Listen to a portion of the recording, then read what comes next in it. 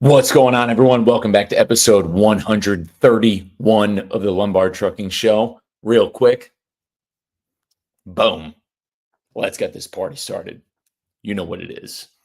Thank you guys all once again for being here. And thank you once again for tuning in to the last episode back on the 27th, my recap of the Broker Carrier Summit. Following up with Trey Griggs after that episode. A lot to come fitness-wise in collaboration with Mr. Griggs regarding some new content and everything that him and Dan Lindsay are building over at Broker Carrier Summit. Appreciate you live viewers tuning in. If you're settling in now on your Sunday night, please feel free to throw in a nice little lippy, sit back and relax, and let's talk it through. So last time I was on the doorstep of Ironman, Florida.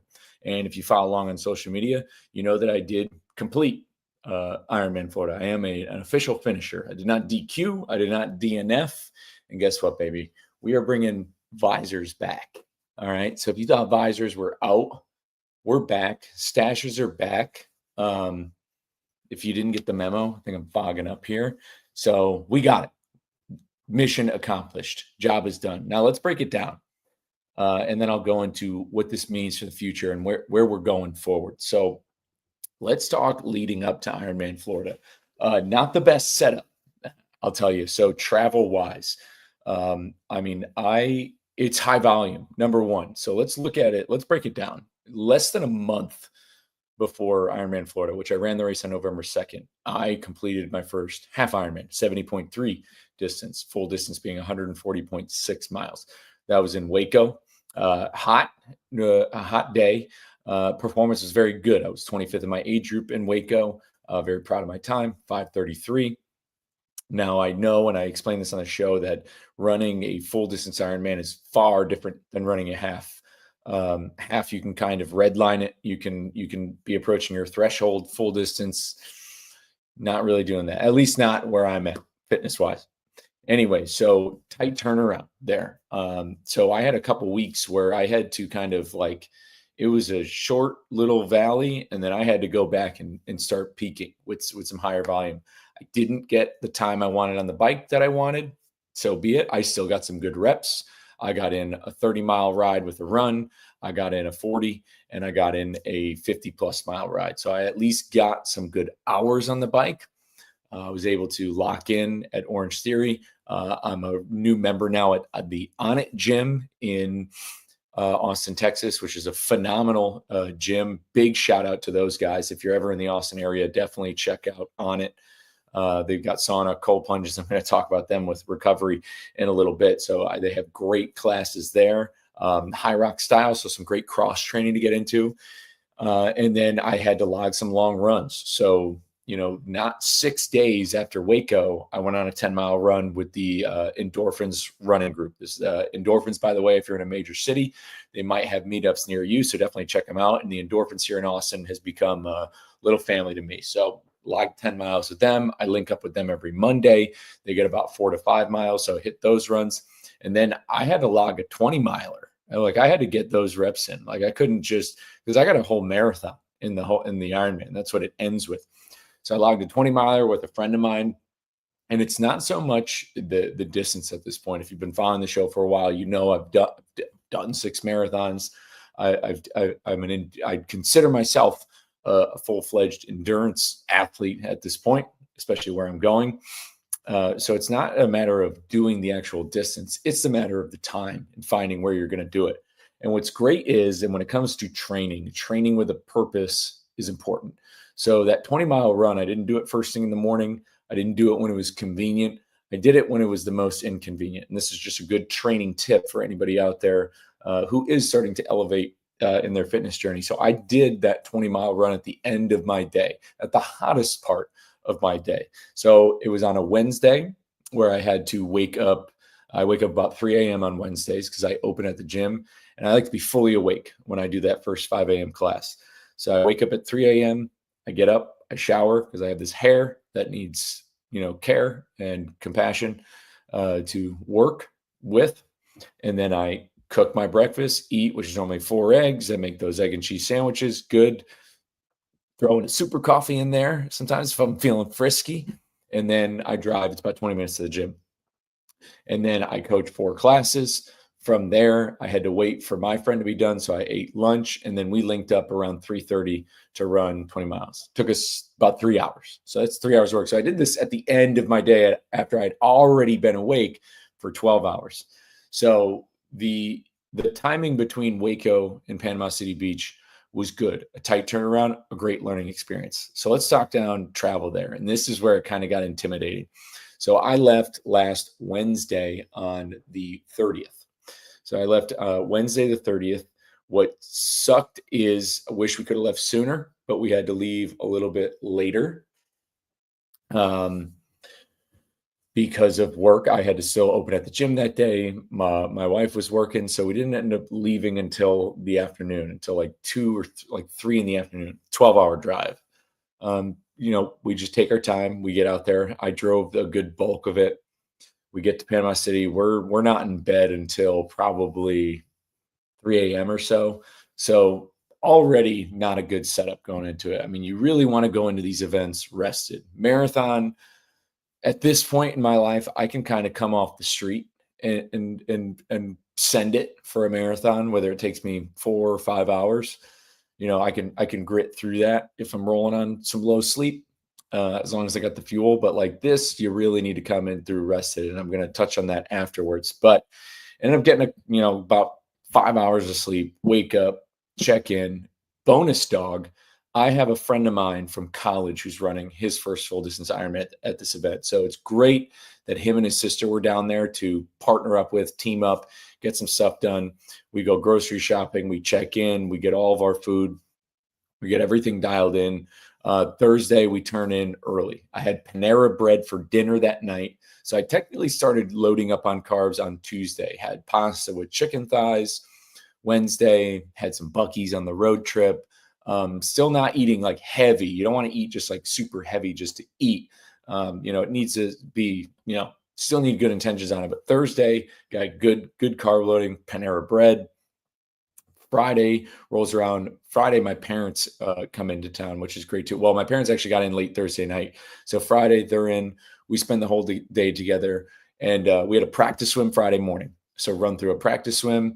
I haven't really I swam in the ocean over the summer in Myrtle Beach, got some reps in, did about a mile, but a little bit different. I wasn't going out kind of how it is. I didn't have a wetsuit or anything. And when it comes to Ironman events, so wetsuits are authorized for everyone if the temperature is below 76.1. It becomes optional at 76.1 to about 80 or 81 or something like that. If the race was optional, I was going to forego the wetsuit because at that point you have to wait until everyone not wearing it goes, and then you go, and then you're not eligible for age group awards. Now, granted, I know I wasn't going to podium, but that's besides the point. Some of it was a little pride thing because I am a born and raised swimmer regardless. So swam with the wetsuit for the practice swim. It felt great. I'm not gonna lie, the ocean was rough that day. It was supposed to be calmer the next day. It was.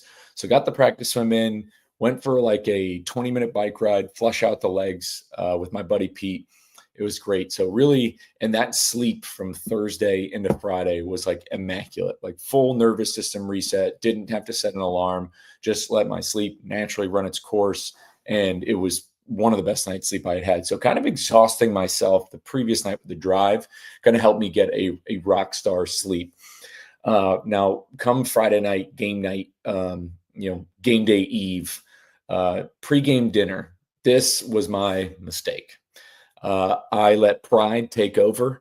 And a lot of people went to Olive Garden. I have a staunch resistance against Olive Garden because I believe they are offensive to my culture, Italians. Olive Garden is owned by General Mills. Like they weren't, it wasn't even started by an Italian. And I was like, I'm not going to get Olive Garden. I should have. I had pasta before Waco from a good Italian restaurant in Waco, but there was nothing really around us. And I was like scrambling and we were walking around and I didn't know what we should get. We go to Buffalo Wild Wings. I did not get wings. Okay. I'm not that stupid, but I had like some pretzel things. The mistake I made was the onion rings. I don't believe I should have eaten the onion rings, but I carb loaded. I had a chicken sandwich. I carb loaded best I could. whatever. I Lessons learned here. Just bite the bullet, swallow the pride, eat the Olive Garden next time, if that's the only thing available. I'll bow out for that and take one for the team. Game day morning. I mean, I slept great the night before. Took me a little bit to get to sleep, probably about 30, 40 minutes to actually fall asleep. Got the nerves going. Wake up, it's game day. I'm absolutely fired up. I am like ready to rock. I set my alarm for 4:10 in the morning. So kind of game day schedule. The transition area opens at 4:45. So on Friday, we checked in the bike, we racked the bike up. We dish out our transition bags. So unlike other triathlons where sometimes you have your bike shoes and running shoes set up next to your bike, this one's different. When you come in off transitions, you grab a bag, you go to a changing tent, flip flop from there, boom. So Friday, everything was prepped, like the bag's over, thing like that. But transition opens at 4:45 on game day. That's where you can bring your water bottles to the bike, bring your special needs bag down there, because halfway through the bike and halfway through the run, you're able to tap into a special needs bag, something you're not getting back. So it's like extra nutrition, extra pair of socks, stuff like that. So I get down to the transition about 5:15, dish my stuff in there, go back to the hotel room, throw the green jersey on. Shout out Green Screens, shout out Off Shift, shout out Super Coffee, and shout out Truck Parking Club for the noggin, for the helmet. And from there, I'm able to walk along the beach right to the starting line. We had a perfect hotel that was right next to the starting line, and it was awesome, electric. Like you can feel the energy going on that morning. The water was glass, wetsuit legal, so I'm about to cruise in that swim. The sun starts to come up. Gun goes off at 6:45. National anthem 6:35. And the whole time the national anthem's going off, I'm walking towards the beach, freaking big salute as people are walking down the beach. Everybody was like standing still, but there's so many people who needed to flood down. I was just walking, freaking gunned up, bricked up. Get down, gun goes off, and like when that gun went off, like it's like something went off in my brain. And I don't rush in the water from there. There's still kind of like a rolling start, but like the whole time. And going into, and like everybody I was near going into it, like, I was talking to them, we were all like having conversations, wishing each other best of luck. I was shaking everybody's hands. I was like, you're going to crush it. You're going to kill it. You're going to absolutely I was like, get some. Everybody I was shaking hands, they were all like Brazilian and stuff too. They couldn't even speak English. They were like, oh, thank you. So freaking my time, get underneath that banner, right in the water. The swim, to me, the best part. It was dope, like alive. Like when you were out there, like because you had to swim out. You go about 700 meters out, you cut right for 700 meters, then it's 700 meters back. It's 2 lap swims. We actually come back out onto the sand, go over a timing chip, and then go back out. Total, the swim time was 1:07. So it took me just over an hour. Get out of the swim. I'm taking my time. It's a long way to get to your bike from the swim too. So total time of transition was about 15 minutes. So, room for improvement there, but it's my first time. I was taking my time, enjoying it. I didn't want to run on asphalt. I get changed over to the bike. I get my bag, get in the changing tent. Somebody strips the wetsuit off you. It's pretty cool. Like you lay down and they rip it off you and then they pull you back up. It's pretty sick. Get to the transition, get changed over. I have a towel in it. I dry off, boom, bike shoes, socks on, geared up, helmet on. I go out. And now, mind you, I've got a good friend of mine, Will. I went to high school with him. We're filming like a big documentary about everything we got going on. He was in Waco. We're putting this together for the mission, for literally the mission of Project 61 and what Lombard is trying to do with the whole driver health thing. It's basically, we're putting it together for marketing reasons. So he's out there, thereby where I'm transitioning the bike. And my wife is filming me and she goes, how do you feel right now? I said, born too late for a Napoleonic cavalry charge, born just in time for an Ironman bike ride. Saddle up on the bike. And like from there, that's where I had my first like, God damn, like where I was just, like, I knew I was going to be on that thing for 6 to 7 hours. Bike course was without a doubt very boring. Now let's talk nutrition. Here's what I had with me. And I made a video on this on Instagram.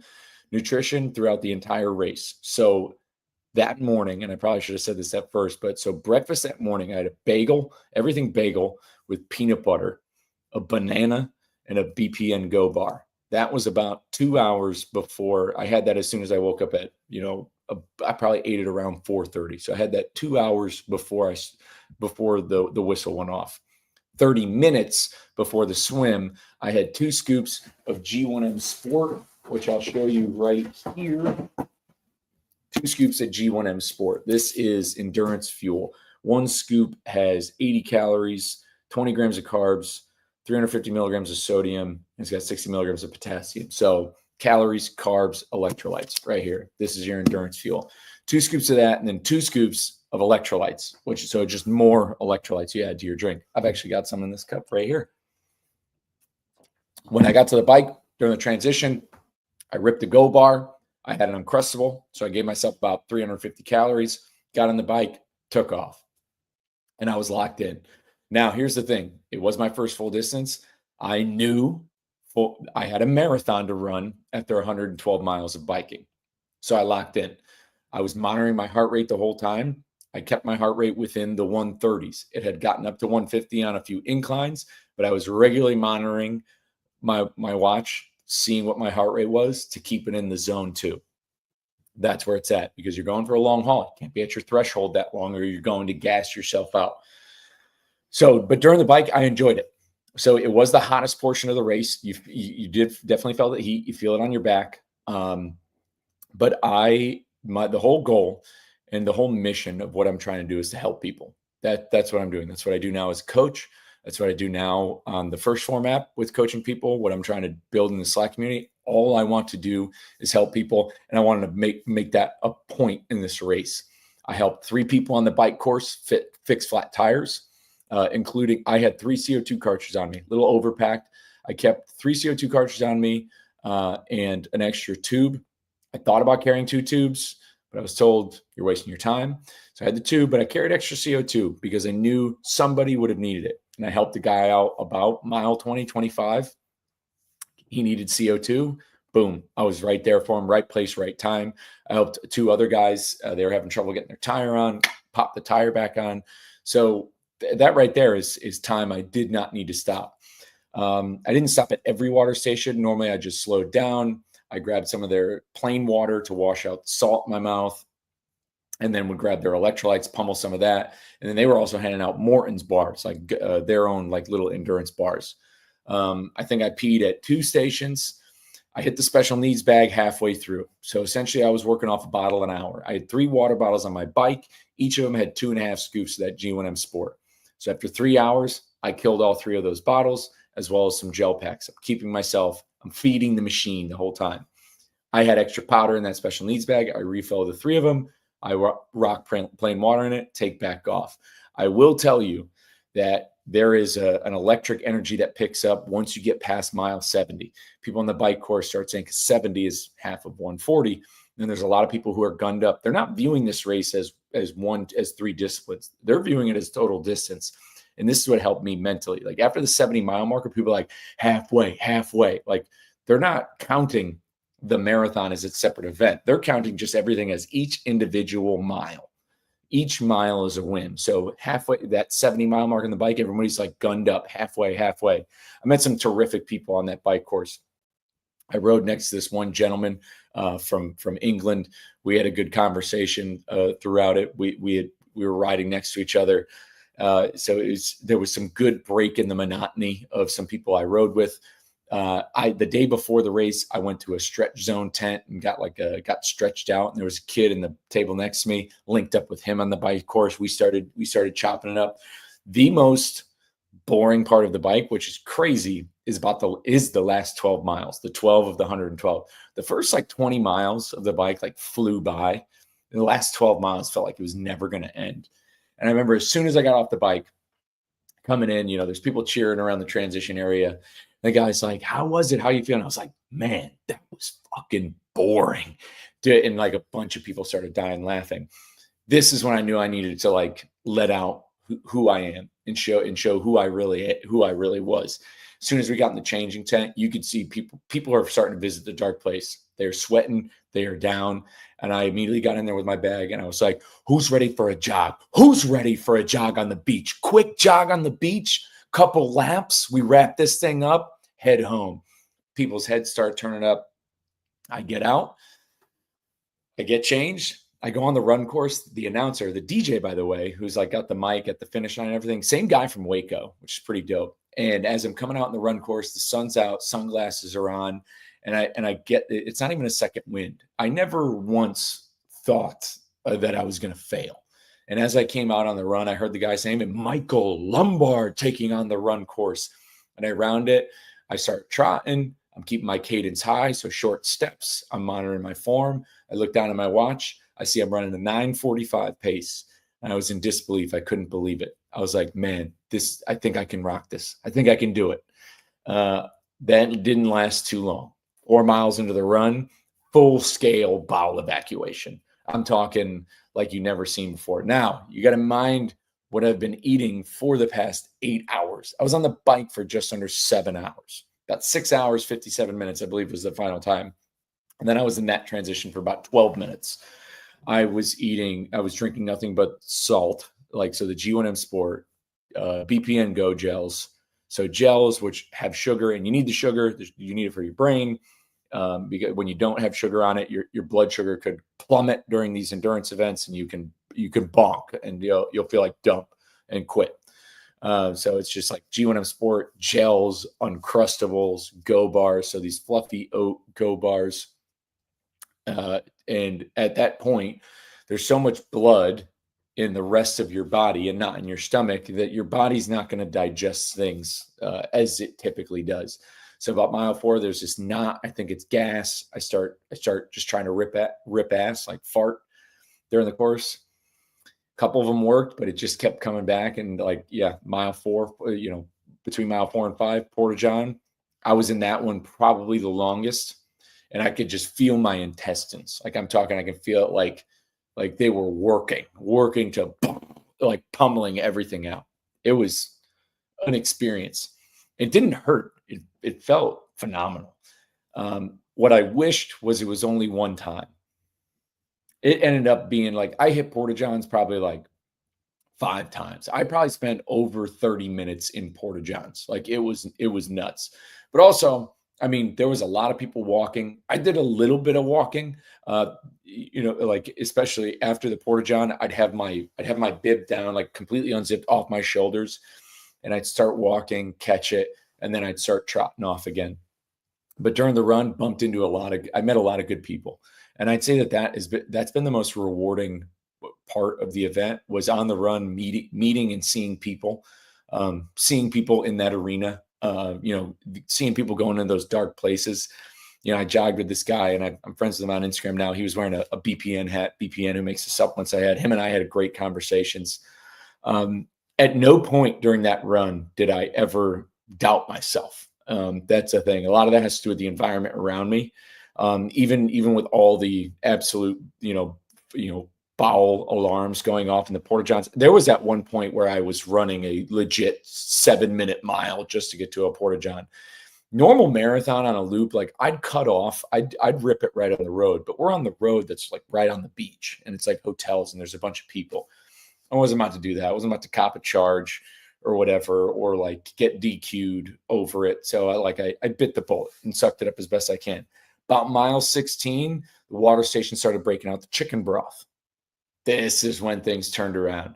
Chicken broth, Coca-Cola, like full sugar Coca-Cola, and pretzels. Finally was able to settle my stomach. In the last 8 miles, I was able to kind of lock in and cruise control. I'll tell you, during the marathon, you saw a bunch of people, and I got a little nauseous at certain points, but you would see people just peel right off and I'm talking like a full cone vomit, like right out of their mouths, just like exploding right out in front of you. And like, to me, that's the arena, man. That it was like seeing that stuff, and then just seeing people keep rolling was amazing. There was on the last lap back. So how the run worked, it was down and back, down and back. So it was just on the same road. So one lap, one down and back was the half marathon, and then you go down and back. So about 6.5, 7 miles up, and then the same coming back. And on the last leg back, so about mile 18ish or whatever, I like had this rush of endorphins, like where like there was people running, they had their heads down, and I had this insane rush like come over me, like of like adrenaline and strength, where I started kicking and screaming, saying, this is the fucking arena. This is the shit right here. This is where I want to be. This is where I want to live. And there were some people who were getting juiced up over it. Like I can't even imitate like how I was. It was like it was straight up primal. It was the shit. And yeah, the last leg, I really enjoyed the best I could. And I'm not gonna lie, I felt the fatigue. I know how I felt, how my body felt. I was without a doubt, pushing to the limits, but there was not a doubt in my mind that I wasn't going to get to the finish line. And when I got to mile 25, I took a moment. I grabbed the easel that said mile 25, gave it a nice pat, took off. That last mile, I mean, I was probably running like an 8-minute mile. Like I just locked in for that last little bit. And I'll tell you, when you round that corner to get to Pier Park and the spotlights are out and it gets dark, like all you could see is the red carpet with the finish line, the spotlights on you. You can't even see the crowd. You can't even see anybody, and I can't wait to get the video to come out. But I started Vince McMahoning that thing, and I just started skipping and hopping. And you hear the guy's voice, and it's super loud. And he says, Michael Lombard, you are an Ironman. And when you hear that, and if you saw the video, and thank you, Reed, for posting the pictures, it's like the most emotional moment ever, like getting across it. It's the most insane feeling ever. 13 hours, 44 minutes of straight exercise. That's how long it took. And I'm still riding this high. I have every day since looked back and said, can't believe I did it. Like, it's just like, I did that. Like I'm still in rolling disbelief. So where do we go from here? So what happened? What happened since? Got the medal. Worst decision I made was, so we went back to the room, showered, came back because we wanted to rally the late finishers, threw in a Zyn. My God, did I feel the full hammer of what a Zyn can do. If you ever packed tobacco in your lip, it was like the first time that almost got the spins. It was wild, but we rallied some late finishers. And then my body doesn't let me sleep after these events. I slept 6 good, solid, hard hours, but I was up the next day. We went to watch the awards. I went to get another t-shirt just to check things out. And then we packed up, helped Pete pack, and we left. And it was a 12-hour drive back. I had to go to regional sales training for the week at Orange Theory. And the most depressing part about coming back is coming back to the real world. When you leave an arena like that, where, you don't have your phone for 14 hours. So during those events, unlike marathons, like you're not allowed to have GoPro technology. You are completely untapped. Some people have music, on the course, like on the run course, like people watching, but on the bike, you're raw dogging the whole thing. There's nothing. It's just you and the arena.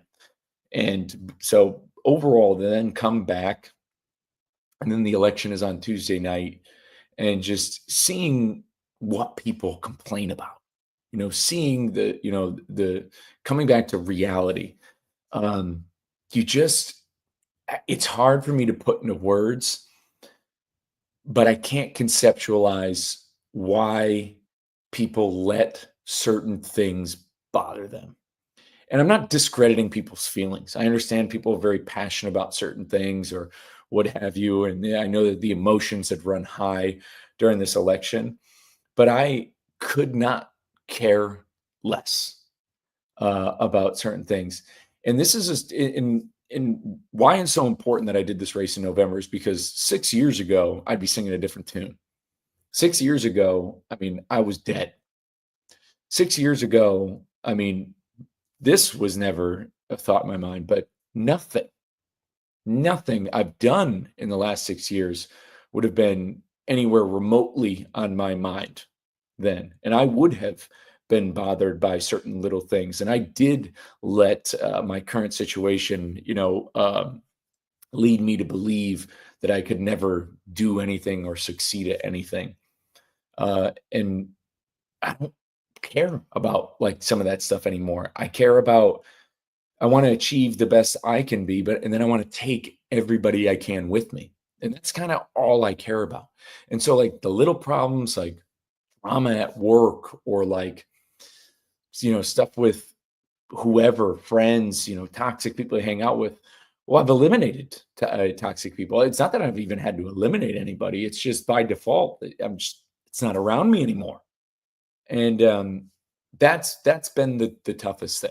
Has been when you come back from an arena like that, where you not only accomplish it yourself, but who you see accomplish it. I'm talking people in their 50s, people in their 60s, people, cancer survivors, the type of people you see who really, really had to grit this out, who came in. I'm talking, they were rolling in 2 hours after me. I'm talking, it took me 13:44.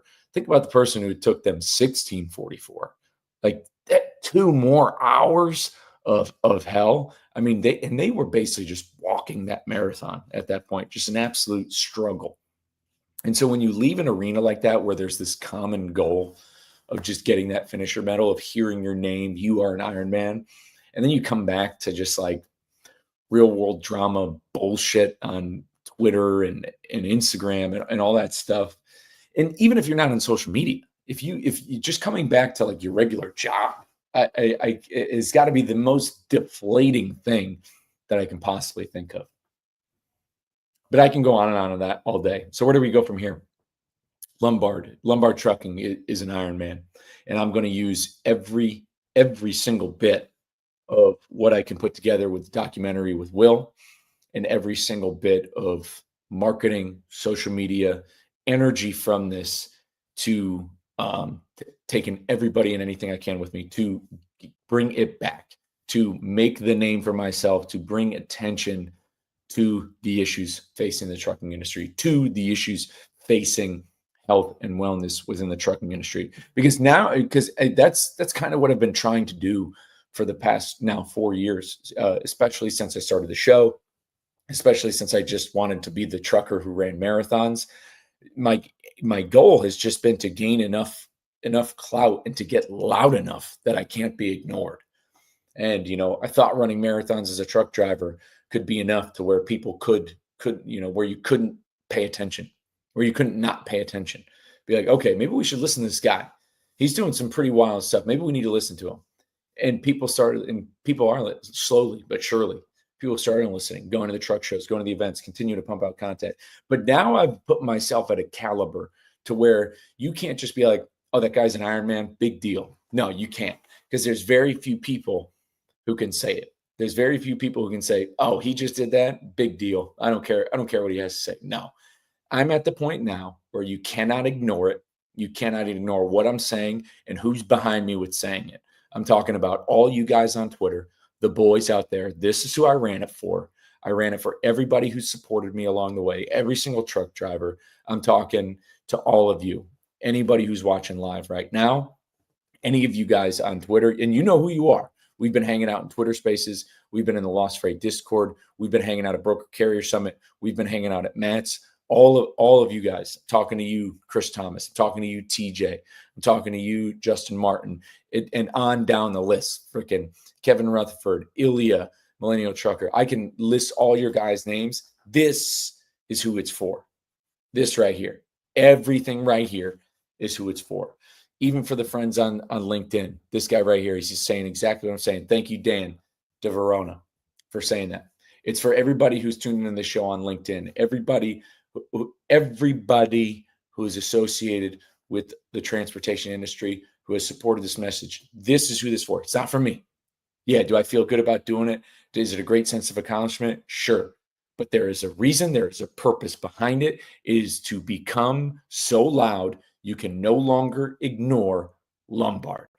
Just the same way you couldn't ignore lumbar back in the 30s, 40s, 50s, 60s, 70s, and into the 80s. The same way you could not ignore their standard as a motor carrier. Eventually, you're going to say, you know what? Maybe we should listen to this guy.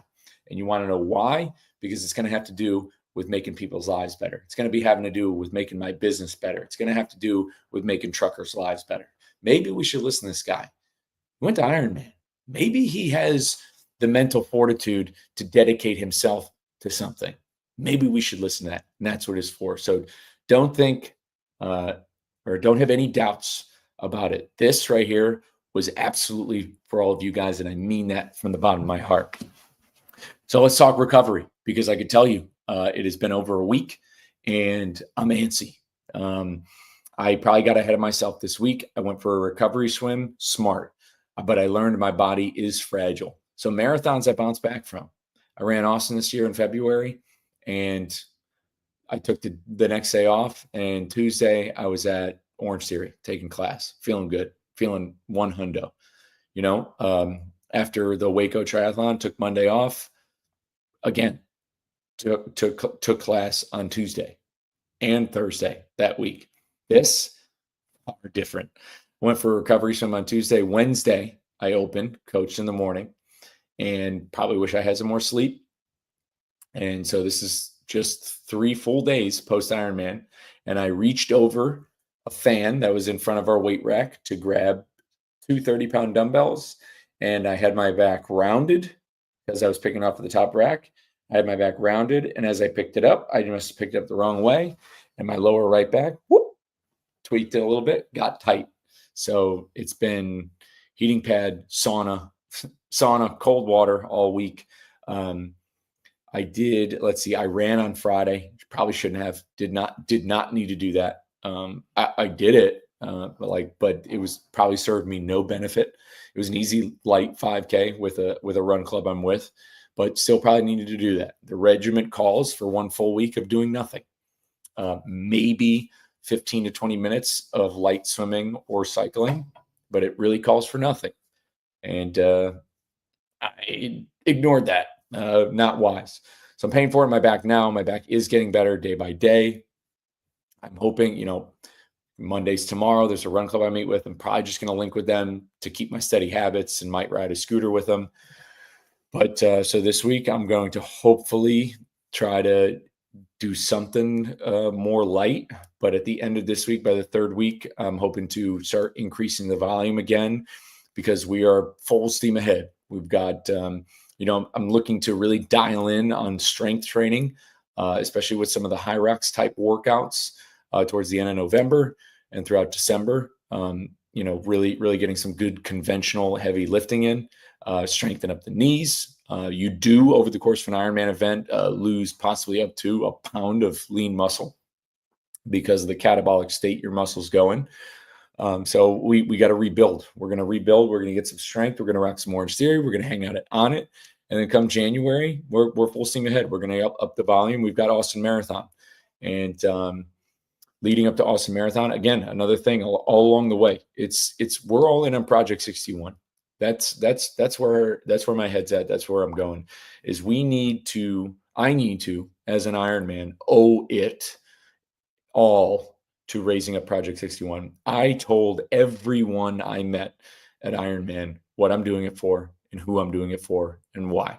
And it had everything to do with the trucking industry. And it's funny, while I was there, and I shot a DM to this person too, and they still have yet to respond. And it's funny how people want to ignore this, because I've been talking about sales and marketing on the show so much more, because it's a win-win for any business who wants to jump in on this mission of saving lives. But they had the Normatec boots there, and those are those things that come over your legs, the inflatable. They do the compression thing on the legs. Normatec guys there, and they're letting people use them for free. And I was asking him about what the benefits are to these things, to these compression sleeves. I wanted to hear his pitch.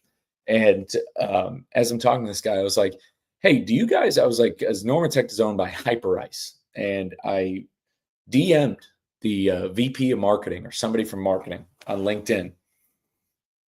Connected with her too. So that way I can send her a message.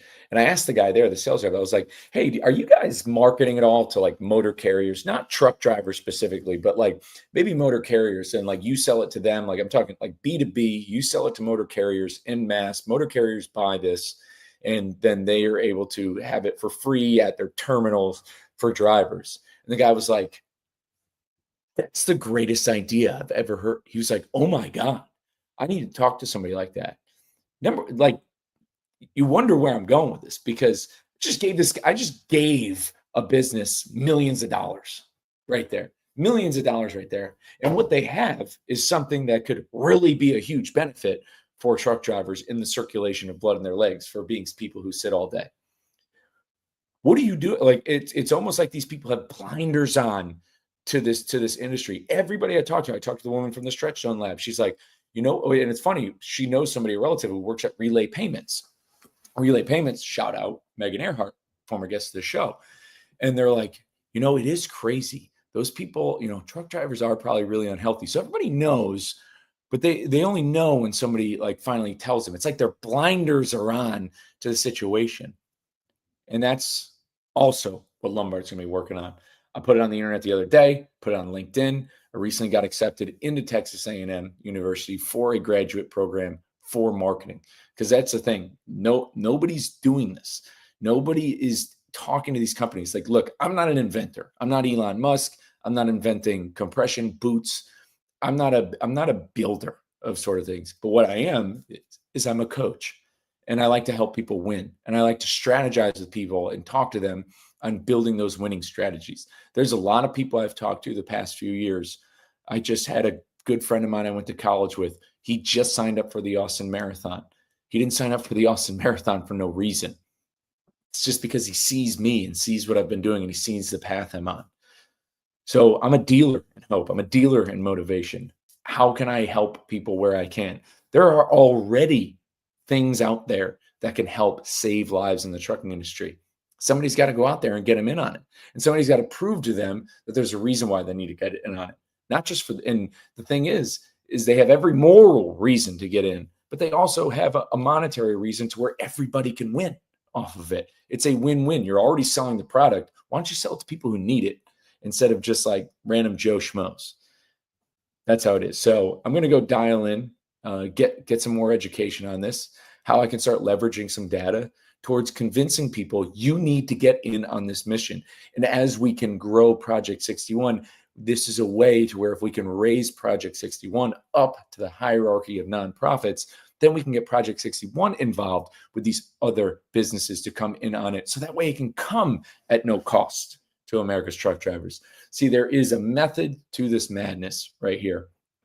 But to get it out there, I don't have what some of these other people have. I look at some of these other run influencers on Instagram, and I look at some of these other people with great followings. They got it.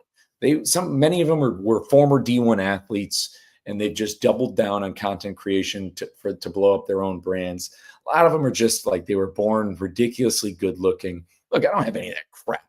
I'm just a trucker with an opinion and a former fat guy who realized that he was made for more and could actually do some hard stuff. That's all I am. Well, guess what? Not a lot of people are freaking huge fans of it. So what do I got to do? I got to work twice as hard as them.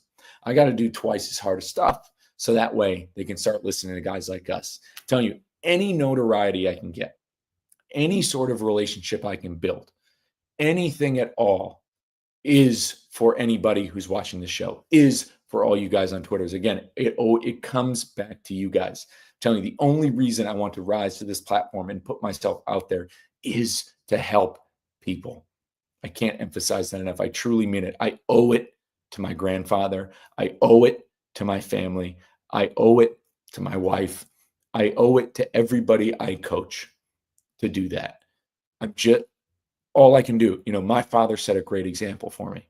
My grandfather set a great example for me. It is my obligation to set that example to those around me, to anybody who sees me, to know that you can do this too.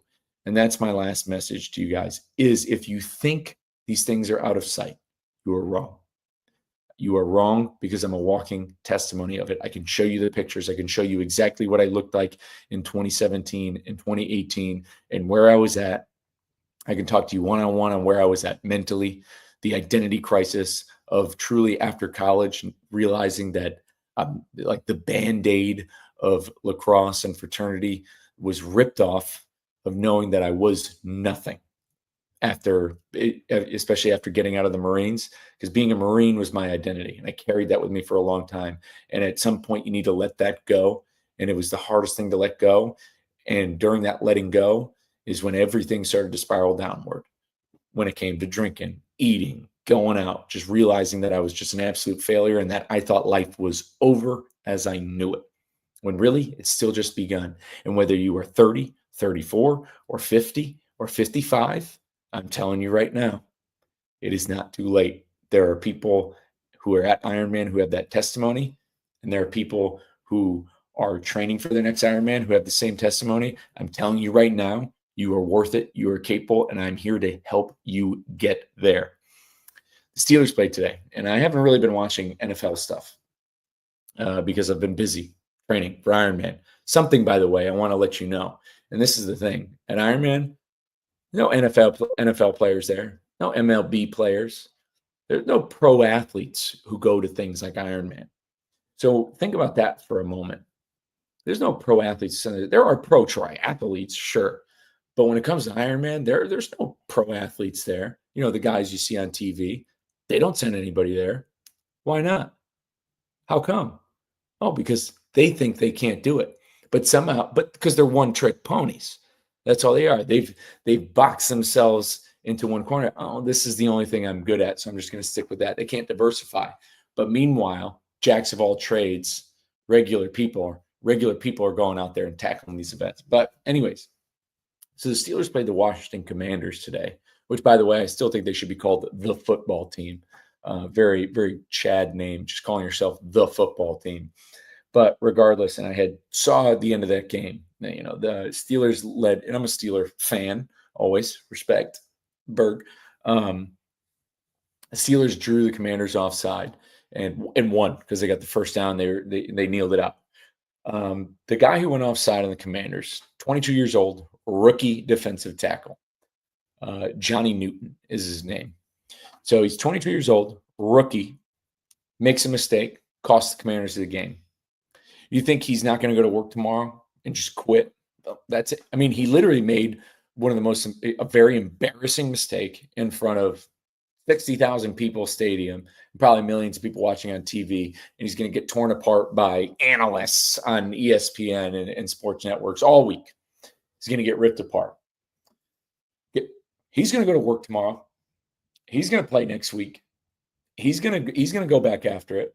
He's going to swallow it and move on. So if that's you out there, you make a mistake, you skipped a workout, you had a cheat meal, you could have had a bad week. You could have ate like crap all week. You could have ate like crap for the past 3 years. Does that mean, you know what? I guess I should just live like garbage the rest of my life because I messed up today. I guess I should just live like a piece of crap forever now because I made one mistake. Well, Johnny Newton's not doing that. He embarrassed himself in front of millions of people. You haven't embarrassed yourself in front of anybody. Nobody's watching you except you. Get up, get out of the chair, and get after it. That's all you need to do. You have a crap meal, you miss a workout, good. Wake up tomorrow and get it. That's it. That's all you need to do. You're not getting fired. You don't have an NFL contract on the line. Just go up and get it. I'm telling you, I had some of those days on the road. It wasn't perfect by any stretch of the mean. It might have looked it on Instagram. It might have looked like I got some every day, but I still had plenty of days where I got ice cream. I still had plenty of days where I got the barbecue across the street. I had plenty of days where I wanted to get a pizza. I did that actually, and I think I mentioned on this show, January 6th, you know, the 2020, the at the Capitol. I sat in a hotel room in Louisville, Kentucky and ate a pizza and watched it and was like, man, this is bonkers. So, I mean, it's not perfect. It's not linear. You don't have to worry about that. It's more, your progress is more of a slowly upper arching zigzag. Don't worry about the small stuff. I'm telling you, you can't let it eat you up. But again, I can go on for quite some time in this. I'm riding a really good high. I'm excited to, I've been back at coaching work for a week, but I'm very excited to get back to work. There's so much to come. Content wise, we've got relationships to build. Before I sign off though, I got to give a shout out to the guys at BPN. And if you guys are looking, and this isn't a paid promotion, but if you're looking for a great company, Austin based, veteran owned for some stuff, these are the guys. And I've been using their call sign, go one more. And man, what a perfect motto for truckers. Go one more mile, go the extra mile. might have to coin something here. Might have to make my own hats. But anyways, I got an email from BPN because I made a great video talking about the nutrition. They came back to me. They said, we love what you're doing. I have the email straight up from their partnership guy because I told him everything about Project 61. He said, we love what you're doing. We love the mission. What's your address? Send me a hat. Send me some more endurance fuel, some pre-workout, some more G1M sport. So I can't wait to get back to training. Can't wait to get back, seeing what this body can do, seeing how far I can take it for the boys, for the mission. But all in all, so yeah, if you're looking for some good supplements, they got greens, reds, protein, extra stuff. Can't recommend BPN enough. They're phenomenal, especially because they're veteran owned. We got Veterans Day coming up tomorrow. Today's the Marine Corps birthday. Shout out, happy birthday to all the Marines out there, fellow Marines. But definitely worth your business. But I cannot wait to get back to work. Myself, Trey, Nick Klingenspith, we're going to be working on some stuff. I'm excited. If you're not excited for 2025, get excited now. This is no more time to be bullish than right now. We have a lot of good things coming down. Craig Fuller, CEO of FreightWaves, he's calling the end of the freight recession, which I tend to agree with the guy. And we're going to start breaking down some more freight stuff because I have some, I've been letting that down a little bit. I need some more drivers on the show. I have my first driver finishing up Lombard 69 here very soon. We're going to have him on the show to talk about that. So stay tuned. There's going to be more to come, talking freight, talking fitness, and talking fun, talking all the good stuff, talking Napoleon, whatever you guys want. Again, I want to leave with this. Thank you so much for your support. You guys truly, all of your congratulations on Twitter, the DMs, everything. It's quite literally brought tears to my eyes. I am, at the end of the day, just a normal guy. I'm still the dude in the back of his sleeper cab, with the microphone on this podcast. And look, I'm not sitting here like Joe Rogan or anything in a dialed up studio. It's not like I've made it by any stretch of the means, but I'm just a regular guy trying to do some irregular, extraordinary stuff. And so when I have people, some of you I haven't even met in person, personally reach out to me and offer that support, you have no idea what that does. And there were so many times on the bike where I would smile to myself and I'd say, dude, this is for the boys. I was like, I wish I could talk to the boys right now. I wanted to talk to you guys while I was out there the whole time and just let you know that I was thinking about you the whole time. Every single mile I was out there, I was thinking about everybody I've met along the way, and every interaction I've had, and just how much trucking and getting my CDL and honoring my family has changed my life. But that's it. Any questions you guys have about Ironman? If you want to do one of these events, if this is the route you want to go down, hit me up. If you're looking to make a change, if you want to dial in on your habits, I've started a Slack group for everybody that I'm coaching. The first format, jump on. I can send you the link. First format's $13 a month. I still use it to track my macros. I'm using it now because my inactivity, I'm cutting my calories a bit, keeping protein high. So if you want to jump on that app, start learning some new habits, you want some accountability, a little community I'm trying to grow, hit me up. Let's do it. It's for anybody, but especially people within the industry. I'm excited. I'm excited for 2025. I'm excited for Ironman Texas. If you are in the Woodlands, that's the next big salami next April. We're looking forward to it. If you want to get involved with Project 61, go to project-61.org. Hit up guys like Jeremy Raymer, Mark Manera. They are definitely some of our biggest top general officers in this fight. And again, if you're a driver who wants to come on the show, tell your story. We need your story too. I can only do so much. Again, for us to win, we need to get collectively loud enough to where they cannot ignore us. But again, I appreciate you guys so much. Thanks for tuning in to episode 131. We'll be back at you soon. Have a great and fantastic week. With that, we're going back to the bench.